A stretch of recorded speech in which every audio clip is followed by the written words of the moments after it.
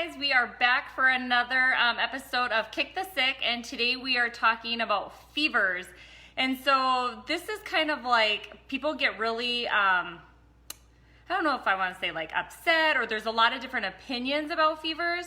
So what I'm going to talk about today is kind of some of what I've learned in school, but also as a mom. And as a daughter of a nurse, and different things that I learned growing up from my mom, who was a nurse and worked in an ER for a while and things like that. So first off, fevers. Why does our body get a fever? A fever is the body's expressive response to a virus or like a bacteria. It's an indication, you guys, that the immune system is working like it's designed to. So I often will compare this to, say, if you go camping and you forgot to bring water. And if you ask people what would they do if they forgot to bring water, most people will say that they collect water, and then what do you do with the water? You boil it. Why do you boil it? The boiling is to help kill any bacteria so that the water is safe to drink, right? And so same with our body. It has this amazing mechanism built in to help you kill off those viruses and bacteria. So it typically is nothing to be feared. You guys, I've talked to so many people in the medical field about this and gotten their views on fevers and things like that. So I'm gonna, like I said, give you some of what I've learned and whatnot, but also what I've known to work as a mom as well. So here's the biggest thing, you guys.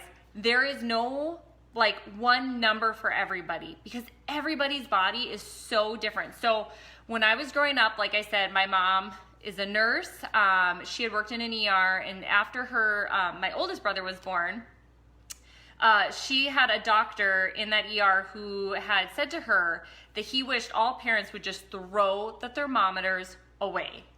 And this is because it doesn't matter the temp. The temp doesn't matter. What matters is how that child is responding.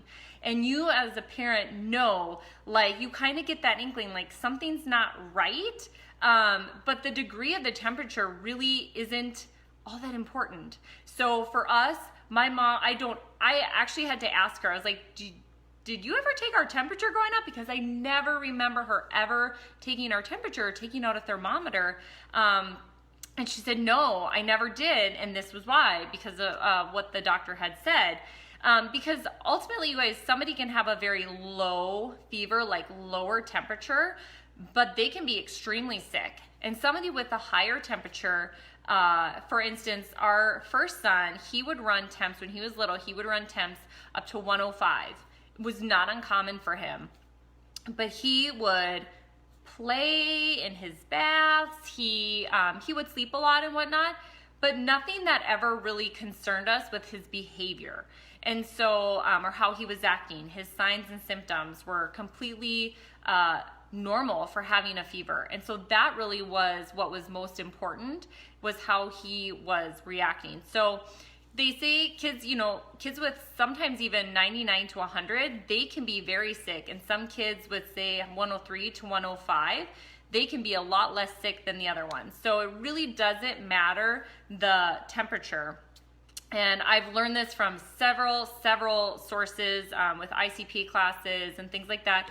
But also, you guys, I always encourage you to grab this book, and he goes really in depth onto fevers. And I think that it's super important that we have that backing, that knowledge, so that when they do get a fever, and they should at times get those fevers, we don't make our decisions out of fear. Okay, so the other thing that I wanted to say about fevers, another thing was 98.6, you guys, it is a statistical average. So that's just an average of like what a healthy temperature is. But that means that some people are normally higher and some people are normally lower. So what they say is it can be anywhere from, say, 96.6 to 99.4 can be completely healthy in kids. So sometimes if you're taking that temp all the time and your kid maybe is always a 99 no matter what, maybe that's just kind of what he runs. So every person is different, every child is different, so make sure that you're really watching those symptoms to see if they're really sick.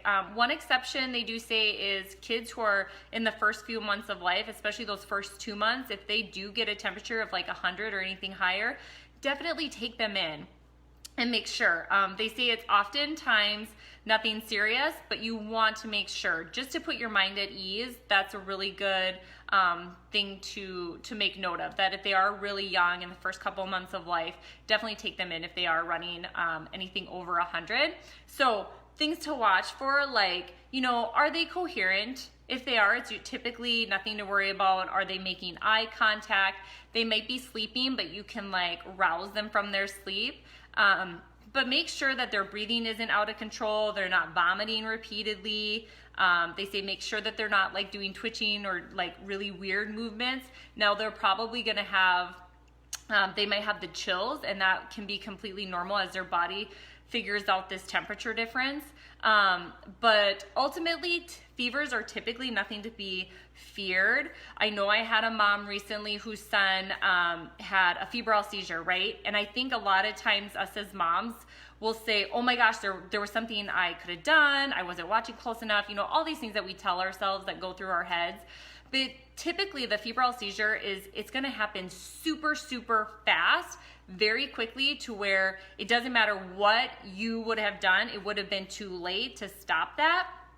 But if that ever happens, you guys, call your doctor. A lot of times they will want to see them, and just to make sure everything is good. And that's fine. It puts your mind at ease. I don't think there's anything wrong with that whatsoever.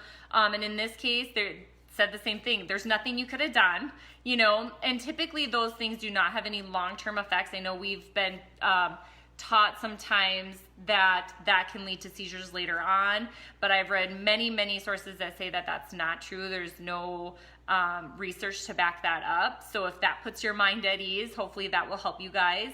But yeah, so making sure like why they're having that fever. I guess for us, we never brought the fever down. We made sure our child was comfortable. We always did adjustments. Sometimes if a child is starting to get sick, starting to get a cold, things like that, getting them adjusted, they may just have that temperature raised slightly, and that's because it's kicking that immune system into gear. And so sometimes they will have that increase in a temperature after getting adjusted. It's not going to be a massive increase, but it might raise it just slightly as it boosts and supports that immune system.